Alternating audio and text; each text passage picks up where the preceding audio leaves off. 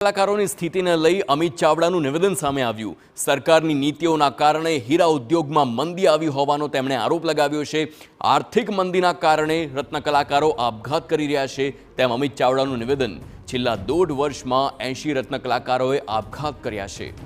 તો છેલ્લા ઘણા સમયથી રત્ન કલાકારો આર્થિક મંદીનો સામનો કરે છે। અમિત ચાવડાનું નિવેદન।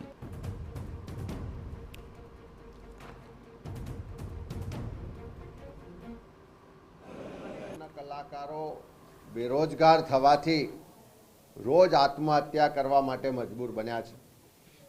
હમણાં જ તપાસ કરતા લેબર ડિપાર્ટમેન્ટમાંથી જે માહિતી મળી કે લગભગ 3 લાખ જેટલા રત્ન કલાકારો નોંધાયેલા છે।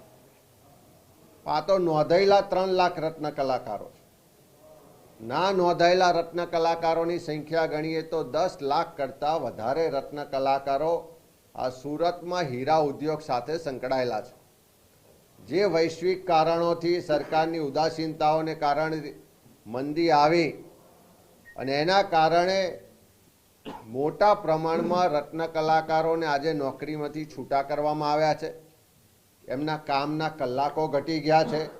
એમની આવક ઘટવાને કારણે છેલ્લા 1.5 વર્ષમાં જોઈએ તો લગભગ 80 કરતાં વધારે રત્ન કલાકારોએ આત્મહત્યા કરવી પડી છે। તો દ્વારકાધીશના